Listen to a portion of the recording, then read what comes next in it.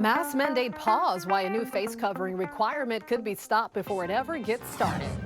Saving the Choco Taco, how the government is now getting involved in trying to preserve the beloved dessert.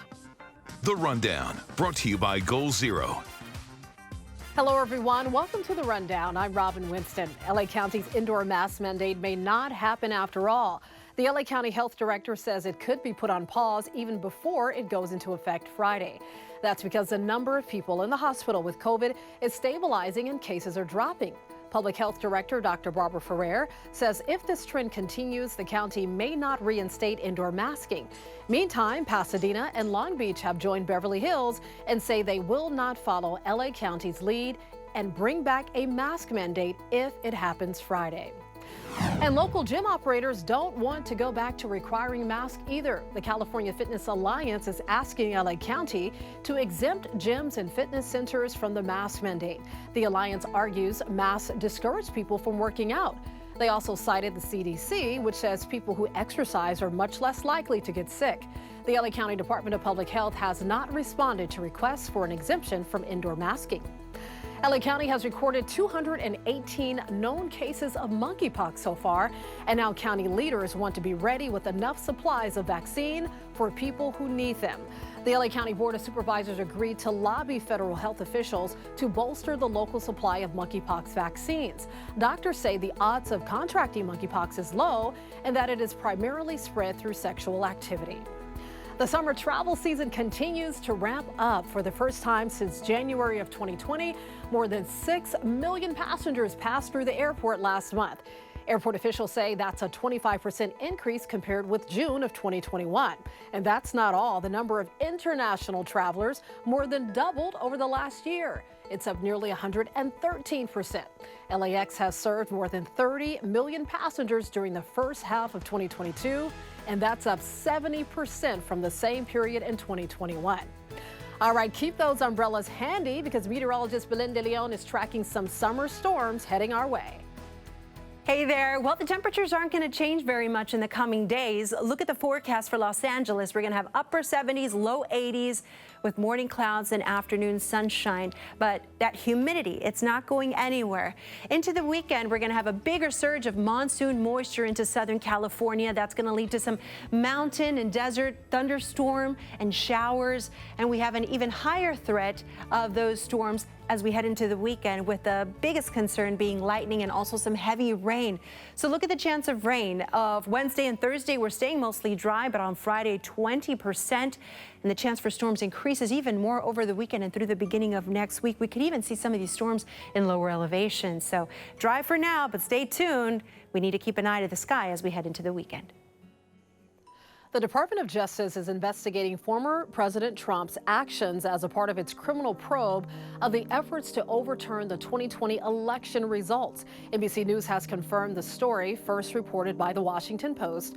4 people familiar with the matter say DOJ investigators are looking into several of the former president's conversations and have seized phone records of key officials and aides within the administration. Prosecutors have also asked questions about Trump's pressure campaign on former Vice President Mike Pence to not certify the election results and about plans to substitute Trump allies for certified electors from states Joe Biden won. Attorney General Merrick Garland says the Justice Department will prosecute anyone who was criminally responsible for interfering with the peaceful transfer of power. We pursue justice without fear or favor. We intend to hold everyone, anyone who was criminally responsible for events surrounding January 6th, for any attempt to interfere with the lawful transfer of power from one administration to another, accountable. That's what we do. The Department of Justice spokespeople for former President Trump and lawyers for his chief of staff, Mark Meadows, have yet to comment on the Post story. I'm a power blackout, and I'm going to put you in the dark. What is that? It's the Yeti 3000X solar generator, a home backup system from Goal Zero. Take that blackout.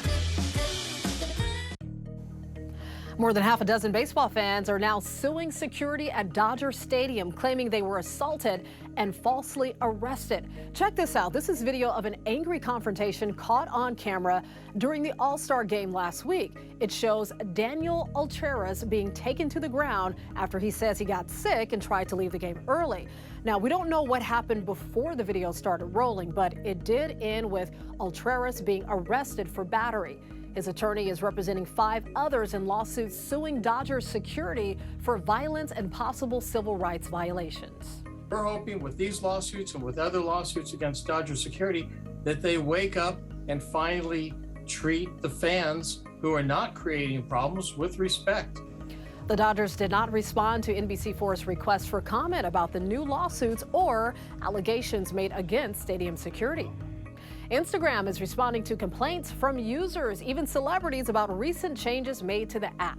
It includes a new full-screen version of your feed for videos and photos. The head of Instagram says this is only being tested out on a few percentage of users. His response came shortly after Kim Kardashian and Kylie Jenner reshared a post demanding the platform stop trying to mimic TikTok by replacing photos with Reels. We're going to stay committed to supporting photos. We're going to stay in a place where we try and put your friends' content at the top of feed and the front of stories whenever possible. But we're also going to need to evolve because the world is changing quickly and we're going to have to change along with it. Instagram CEO says the company is working on improvements based on feedback. He also reminded users they always have the option to hide recommended video from their feed. Nearly 80 years after the end of World War II, an American hero and her battalion are getting a long overdue salute. I never would have thought that anything like this would happen to me. It's so amazing, and I'm so grateful. That's 102-year-old Miss Romay Davis. She was presented with a World War II uniform and an American flag. Davis served in the 6th 888 Central Post Directory Battalion. It was the only black and all-female battalion during that war, and because the women served in a segregated military, they often faced open hostility from other soldiers. Eventually, Davis will be given the Congressional Gold Medal. All right, if you forgot to buy a ticket for Tuesday night's Monster Mega Millions drawing, you're still in luck. Don't you worry, because nobody matched all 6 numbers. So, hey, you still have a chance. So, are you ready for this? The new jackpot is now more than $1 billion. Is that enough money for you? The next drawing is Friday. That's right around the corner. This will be the 4th largest lottery prize ever. The cash option is estimated at $602 million. I'll take that. Even though no one got all 6 numbers, 8 tickets were sold with 5 numbers, including one in San Bernardino County. Those tickets are worth at least $1 million each. Not bad at all. It appears some powerful people don't want to let the Choco Taco go down without a fight. That's right, the government is now getting involved in an effort to save the frozen favorite. Earlier this week, Klondike announced it would be discontinuing the Choco Taco just shy of its 40th birthday. Outraged by that news, Senator Chris Murphy of Connecticut and Representative Jason Crow of Colorado both tweeted they're introducing bills to invoke the Defense Production Act in order to keep the dessert on store shelves. But it was all just for fun. The DPA gives the president the power to expedite the production of supplies needed to promote national defense. But as good as they are, the Choco Taco isn't quite that important. I say, why get rid of a good thing? We're gonna miss the Choco Taco. It's so delicious. I don't know how we're gonna live without it. You can always get news and weather updates on the NBCLA app and on our website, NBCLA.com.